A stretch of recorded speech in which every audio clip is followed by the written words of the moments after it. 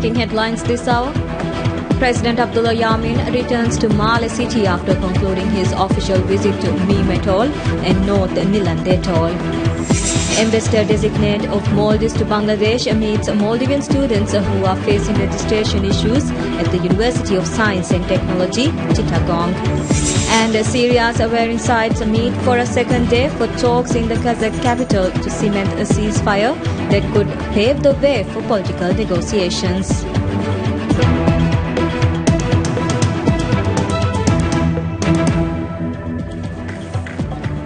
Good evening and welcome to Nightly News on Television Maldives with me, Fatma Sara. President Abdullah Yamin returns to Male City after concluding his official visit to Meme Atoll and North Nilande Atoll. During his visit, the President inaugurated clean drinking water services in Dengue and Molang Islands and attended the function held to mark the completion of Nala Fushi's beach protection project. The President also visited Muli Island in Meme Atoll yesterday. This morning, the President inaugurated the harbour and a new mosque in Mudu Island of North Nilande Atoll. While addressing the inauguration of the new mosque and harbour of Mudu Island, the President stated that it was the responsibility of every administration to cooperate with people and to drive development. The President said that, irrespective of geographical location, when it came to development, there should be no distinctions between islands, whether small or large, in terms of population, and that each administration should work to fulfill basic needs of the people. The President further said that importance should be given towards following proper Islamic values in order to maintain peace and harmony in the society and to enculture a well-disciplined people. In his speech, the President pointed to the importance of his administration efforts towards enhancing the education sector by advancing teachers with investments in the education sector, providing added value. The President added that the highest blessing a society could receive was to have well-educated and cultured citizens with leadership ability. President Yamin also highlighted that a future development project to be undertaken in North Nilande Atoll would create more jobs and financial opportunity for the people and announced that a futsal stadium would be established in Mudu Island by the end of the year. Member of Parliament of Bileddu constituency, Ahmad Mubin, presented the President with a plaque of appreciation recognizing his contributions to the development of Mudu during the inauguration. The 40.1 million rupiah harbour in Mudu was built by the Maldives Transport Contracting Company MTCC and measures 500 feet in length and 250 feet in width. The mosque inaugurated today was also a government-funded project with a cost just above 7.5 million rupiah and can accommodate 500 people at once. The President was accompanied on the visit to Meme Atoll and North Nilande Atoll by Minister of Environment and Energy Tariq Ibrahim, Minister of Housing and Infrastructure Dr. Muhammad Muiz, and the Vice President of PPM and Parliament Member of Mudu constituency Abdul Rahim Abdullah. Ambassador designate of Maldives to Bangladesh, Aishat Shan Shakir, meets Maldivian students who are facing registration issues at the University of Science and Technology, Chittagong in Bangladesh. During the meeting, Ambassador Shan Shakir briefed the students on the steps taken by the government to resolve the issue and assured them that the government will continue to work with the Bangladesh authorities to find a solution at the earliest. The Ministry of Foreign Affairs has raised the issue of registration of 28 Maldivian students with the government of Bangladesh and requested to intervene in bringing a speedy solution to the matter. The Foreign Ministry said in a statement that the Embassy of Maldives in Dhaka has written to the Ministry of Health of Bangladesh and the Bangladesh Medical and Dental Council to resolve the issue. The statement further said that the Embassy of Maldives is constantly in touch with the authorities to resolve the issue and had spoken to the Vice Chancellor of USTC and officially written to them to resolve the issue without further delay. The USTC is a private university which has had registration issues with the BMDC in the past. There are many international students who are enrolled in the university facing the same issue. Health Protection Agency HPA urges the public to take precautionary measures to prevent the spread of dengue fever following an increase in the infections across the country. HPA said on average 30 cases of dengue are reported every week since the beginning of 2017. Speaking to public service media PSM News, head of disease surveillance at HPA, Ibrahim Nishan Ahmad advised everyone to take precautions and take measures to prevent the spread of mosquito-borne diseases. According to statistics published by HPA, a total of 1,962 cases of dengue were reported across the country in 2016, a 4% increase compared to the year before. Dengue virus is transmitted by female mosquitoes, mainly of the species Aedes aegypti. This mosquito also transmits chikungunya, yellow fever and Zika infection. Dengue is widespread throughout the tropics with local variations in risk influenced by rainfall, temperature and unplanned rapid urbanization.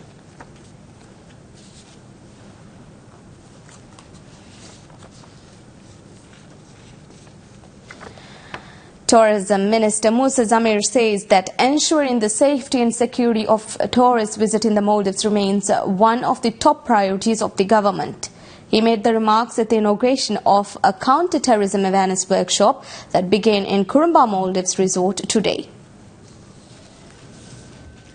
The Counter-terrorism awareness workshop held at Kurumba Maldives Resort is organized by Maldives Police Service in partnership with the Metropolitan Police Counter-terrorism Command, Ministry of Tourism and Ministry of Home Affairs. The workshop focuses on countering terrorism and violent extremism and the threat of terrorism to the country's tourism industry. Speaking at the opening of the workshop, Tourism Minister Musa Zamir said, as the threat of terrorism grows across the globe, the Maldives should not think itself immune to the threats terrorists pose and highlighted the government's efforts to counter such threats. Noting that tourism is one of the major pillars of the country's economy, the minister said the government accords a high priority to ensuring the safety of tourists who visit the country. It is evident that all countries in Southeast Asia are exposed to the vulnerability and to the threats posed by violent extremism and terrorism. The stakes are high for such a country like ours. Single terrorist attack could cripple the largely tourism-based economy in the Maldives. Tourism is undoubtedly the backbone of our economy, like we all agree. Hence, ensuring safety and security of our visitors is the highest priority of our government. The minister said that the government is working with the international community to determine the threats faced by the country due to terrorism. The tourism infrastructure has expanded rapidly in the last 3 years. This expansion means higher priority has to be given for the security measures in our resorts. Therefore, I believe this conference is vital and very beneficial to the tourism industry. Speaking at the opening of the workshop, the Metropolitan Police Detective Chief Inspector James Constable assured the United Kingdom's assistance to the Maldives in combating terrorism, including the training of Maldivian Police Service personnel. Where we have a significant number of UK tourists and a close personal and historic bonds with the population and the government. As highlighted, protective security is vital to prevent and mitigate the impact of terrorism. We need to share learning from each other, so we're here to learn. Use the time to embrace relationships amongst fellow government and security officers. In the event of a terrorist act, I can guarantee from experience you will need all the support that you can get. The two-day workshop is facilitated by experts from UK's Metropolitan Police Department. The opening ceremony of the workshop was attended by Foreign Minister Dr. Mohammed Asim, Home Minister Azleen Ahmad and Commissioner of Police Ahmad Arif. Minister of Defence and National Security Adam Sharif warns that action will be taken against fuel storage facilities that do not adhere to the fire safety regulations. Speaking at a workshop being held to finalize the draft of the fire safety regulations, Minister Sharif said there are several fuel storage facilities in the Maldives that do not have required fire safety measures. He also highlighted that the aim of drafting a fire safety regulation is to reduce fire incidents. Representatives from 10 institutions are attending the workshop.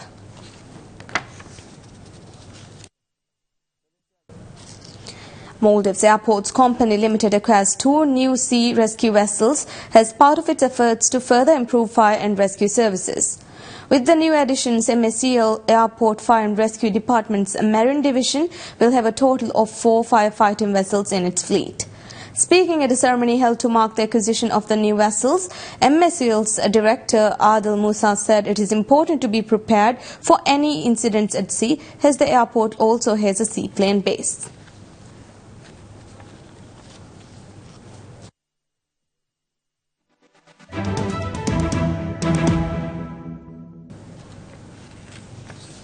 Statistics released by Maldives Customs Services show that total revenue collected through customs duty rose 9% in December 2016 compared to the corresponding month in 2015. According to the statistics, revenue collected through customs duty increased to 259 million rupiah during December last year, up from 237 million rupiah during the same period in 2015.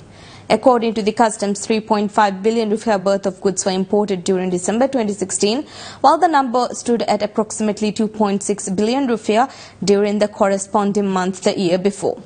Most of the imports came from UAE, Singapore and India.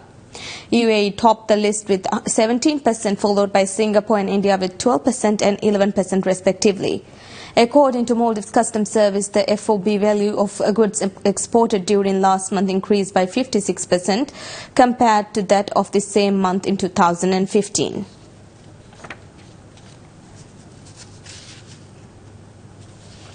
The Maldives has been crowned the most preferred international luxury travel destination amongst wealthy Chinese tourists. It was revealed in the Hurun Chinese Luxury Consumer Survey 2017 report. The Hurun Research Institute released the Hurun Best of the Best Awards 2017 based on the results of Hurun Report Chinese Luxury Consumer Survey 2017. This is the 13th consecutive year Hurun Research has revealed the brand preferences, consumption habits and lifestyle trends of China's wealthiest individuals. The report revealed that travel is the #1 leisure activity for the richest in China. Average travel time increased 3 days per month with 10 days. Maldives was crowned the preferred international luxury travel destination. Domestically, Sanya is still the #1 preferred luxury travel destination for 7th consecutive year.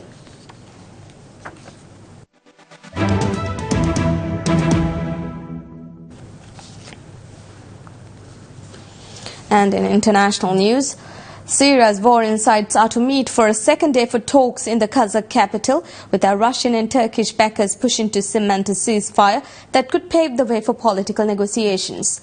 The meeting in Astana comes at a time when Turkey, which backs the rebels, and Russia, which supports Syrian President Bashar al-Assad, each want to disentangle themselves from the fighting.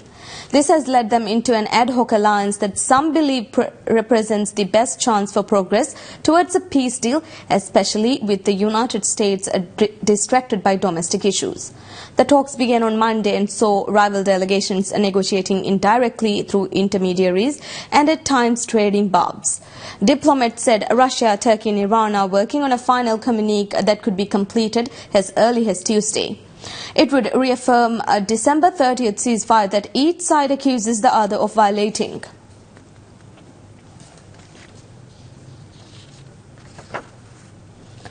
The UN Special Envoy for Syria, Stefan de Mistura, said that Russia, Turkey and Iran were closing in on a final statement, reaffirming a cessation of hostilities between Syrian warring parties.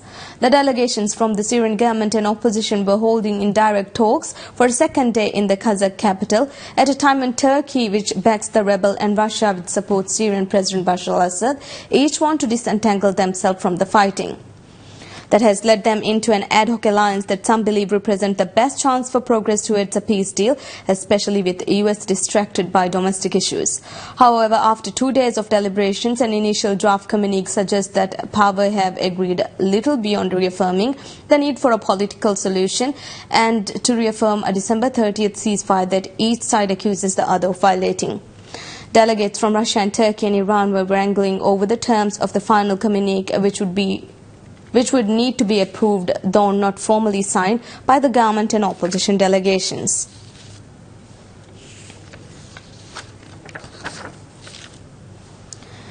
As the offensive to recapture Mosul, the IS militants' last stronghold in Iraq, is still ongoing, and a major assault is also expected on the Syrian city of Raqqa.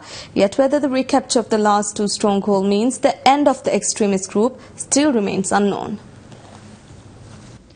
According to Mosul's former governor, the Sunni majority city might not have fallen to IS if it had not been garrisoned by government Shiite soldiers and militias who had allegedly persecuted the local population. I think it's one of the reasons that Mosul fall down, that there is no any guard from Mosul, or the Mosul people are not participate in their security.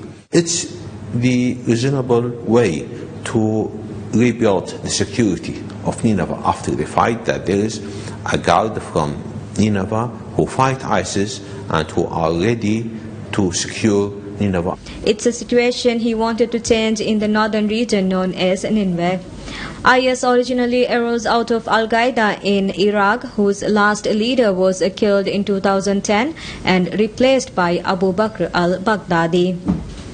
As the leader of IS, also known as Daesh in Arabic, it was Baghdadi who quietly went about recruiting disgruntled former members of Saddam Hussein's largely Sunni Muslim regime, many of whom fought in the insurgency that followed the US-led invasion.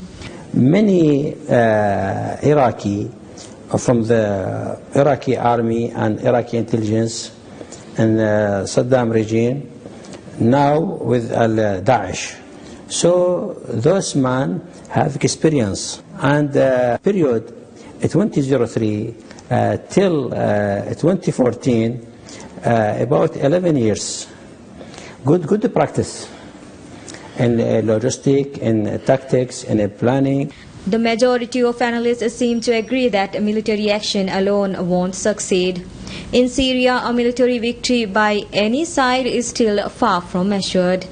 In Iraq, the tide is turning, and the government is trying to reassure all Iraqis that lessons have been learned and the future will be a more inclusive one, and extrajudicial killings by the army and militias will come to an end. But only time will tell if the defeat of IS in its strongholds destroys its ability to regroup and exploit deep divisions in the future. The last ship to take part in the almost 3-year search for flight MH370 returns back to the port in Australia. Officials from Australia, Malaysia and China visited the ship and discussed the impact of suspending the biggest underwater search in history. After a brief tour of the ship Fugro, docked just south of Perth in West Australia, officials praised the crew at the centre of the massive search for MH370. The Fugro was the last ship to return from a 120,000 square kilometre section of the southern Indian Ocean. The largest underwater search in history was officially suspended last week after nearly 3 years of scoring the ocean floor using cutting-edge technology. MH370 disappeared in 2014, shortly after taking off from Kuala Lumpur, bound for Beijing, with 239 people on board. Australia led a massive search effort that failed to find the aircraft despite the discovery of several pieces off the coast of Mozambique and Reunion Island. After touring the ship, the Malaysian minister planned on meeting with a representative from a group of family members of the victims on board MH370, who have repeatedly urged officials from all three countries to continue the underwater search. Having not found the aircraft does not indicate failure. It indicates that the aircraft is not in that 120,000 square kilometre search area. Work will continue in relation to further analysis of data. If there's any more debris comes forward, we'll work with our Malaysian counterparts in assessing debris of interest. Last year, a team of experts concluded that the plan was likely to be further north of the 120,000 square kilometre search area, but officials again said that report did not produce enough evidence to warrant extending the search for MH370. An encounter breaks out between security forces and militants in Gandarbal district of Indian Kashmir. An encounter broke out between security forces and militants in Gandarbal district of Indian Kashmir. Following a tip-off about the presence of militants in Himbar's Hadura area of the district, security forces cordoned off the area and launched a search operation. During the search operation, the militants opened fire on the security forces and a gun battle ensued. Heavy exchange of fire is currently underway between the two sides. Reportedly, 2 militants are suspected to be holed up in the area. No fatalities or injuries have been reported so far. Last week, a militant of Pakistan-based Lashkar-e-Taliban (LET) was killed in an encounter with security forces in Bandipora district of the province. There has been a spate in militant attacks in Kashmir since India on September 29th announced a surgical strike against suspected militants attempting to infiltrate from Pakistan-occupied Kashmir. India has long accused Pakistan of using Kashmir-based militants as a proxy to mount attacks on Indian soil. Pakistan denies giving any aid to Kashmir-based militants these days, although it admits doing so in the past. As the Lunar New Year approaches, China's army of migrant workers continue to set out for the often long and arduous journey back to their hometowns. For many, like a kindergarten worker Hang Dongzo, their rare trip home is one of the few times a year when she can be united with her family. But not all will be making the journey this year. Wang Fei, who runs a small snack restaurant, said his staying put as business has been so poor this year, he can't justify going home. China faced a slowing economy in 2016. A growth for the year came in at 6.7%, the slowest pace in 26 years. At Beijing Station, thousands of people joined the world's largest human migration and left China's capital by train. The 40-day travel frenzy surrounding the week-long Lunar New Year began on January 13th and will last until February 21st. Festivities in China this year will get underway on February 27th, the eve of the Year of the Rooster.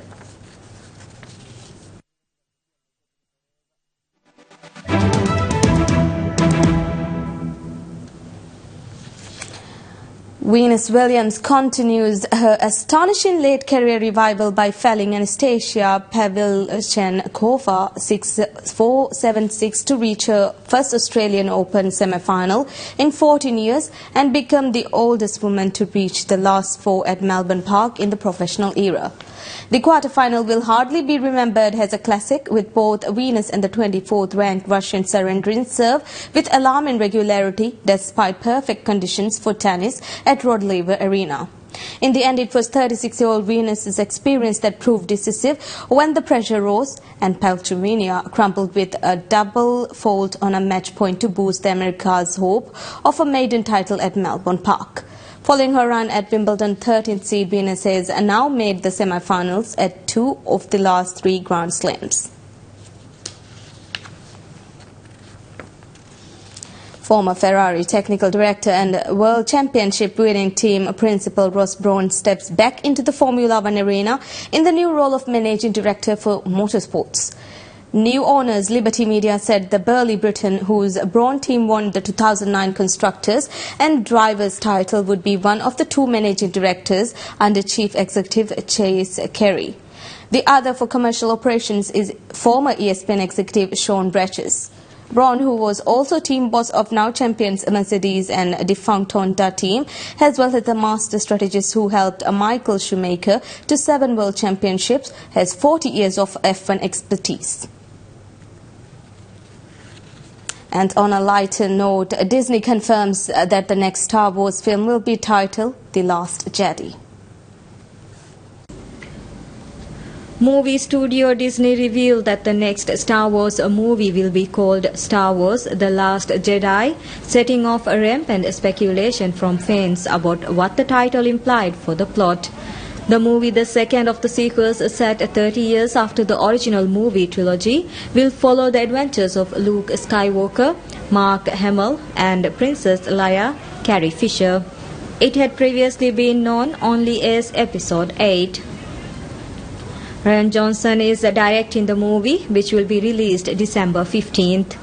Fisher shot all of her scenes for the movie before her sudden death in December of a heart attack, Disney said at the time of her passing.